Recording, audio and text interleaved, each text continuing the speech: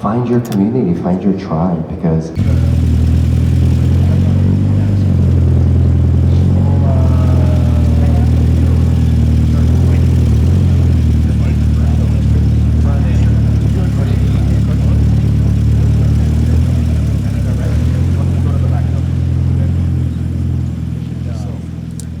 Pedro Parker here with Sung Kang of with Sun Kang, aka Han from Fast and Furious Tokyo right, Drift. yeah. That's a throwback. I had to have it on there. Yeah, thanks. Let me properly clip this on here. It's funny, I was talking about that last night with my brother, rewatching all this stuff. I was Yeah. like, he was such an originator and so ahead of his game, people had no idea. Yeah. But going from script to screen.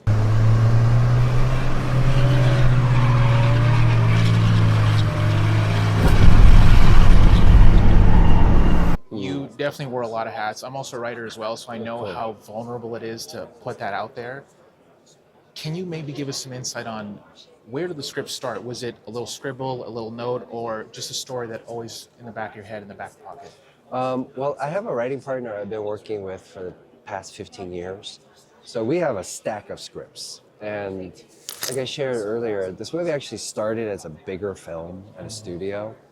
And I was not ready to do a film like that. And I dodged the bullet that it didn't work out, and I needed to, downscale the movie to make something that was really personal and manageable for someone at my level.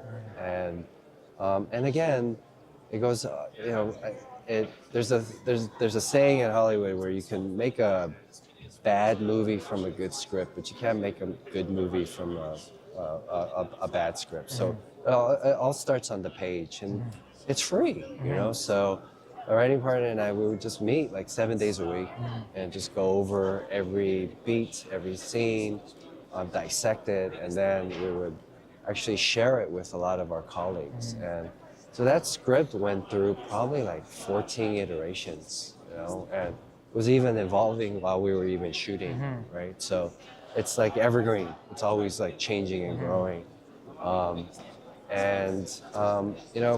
What I learned with Drifter and the script was to listen. You don't have to take everybody's ideas, but be open. And that ego, that artistic ego, put it to the side, because somebody that might not even be a scriptwriter, like the wife of our cinematographer, had a great idea. And it was like this, this understanding, the willingness to just be open and listen, right? To go, hey, art is subjective, and it also, like, everyone has art in them, right? But then you have to be disciplined and be stern, and you have to know what you want, right? So listen, take a lot of the ideas, right? And then make your own dish, basically, I feel like I should be writing some of these down, Yeah. But thinking about you being a cinephile, what do you feel, putting the Fast franchise aside, great movies, what do you feel is a big standout film that people don't think about when it comes to drifting and racing? Drifting and racing. Drifting and racing? Well, I think one of the recent films, in film, have you ever seen Bullet?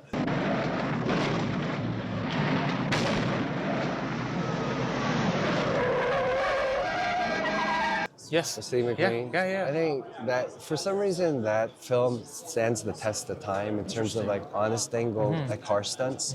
Not necessarily drifting, but in terms of the way they captured the action, right, with that car, or with the car sequences. It's one of those few films that like is evergreen, right? Because I think they had that spirit of the honest angle when they shot that movie, right? Much like the film Grand Prix. Right? It's kind of like F1. Yeah, I feel like took a lot from that. Yeah, the helmet cam.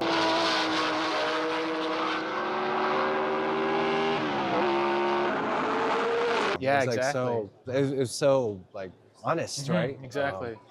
But in terms of drifting, I don't really. I wouldn't say Hollywood movies have been representing drifting properly. I think it's YouTube. Right. Like like the Gymkhana videos with Ken Block. Okay.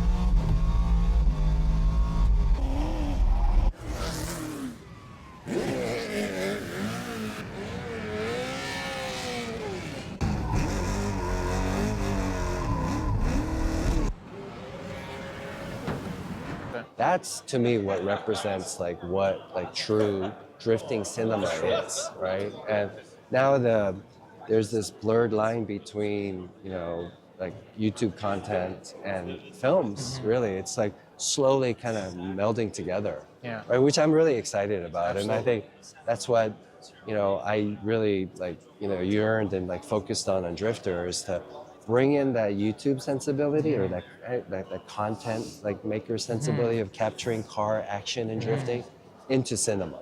Nice. You know? That bridge of familiarity, you Yeah, know? yeah. Brother, thank you so much Yeah, for this, thank man. you. Appreciate you, bud. Yeah. Have a good one.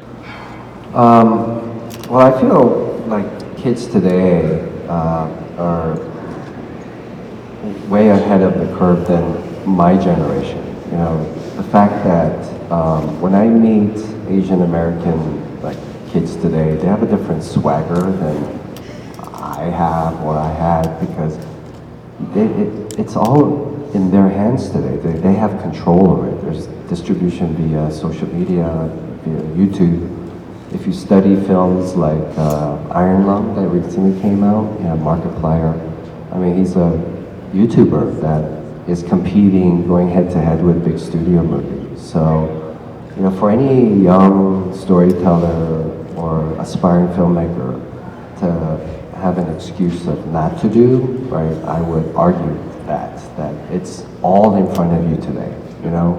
But it's still a craft, it's still a thing that you have to go study and you have to be passionate about, you know? If you're doing these things for the wrong reason, you know, it's gonna be short-lived. And, you know, the beauty is that if I had YouTube University when I started out, right? If I had digital cameras, like if I had these phones, man, you know, I would be like 50 movies deep now, right? So it's all in front of you.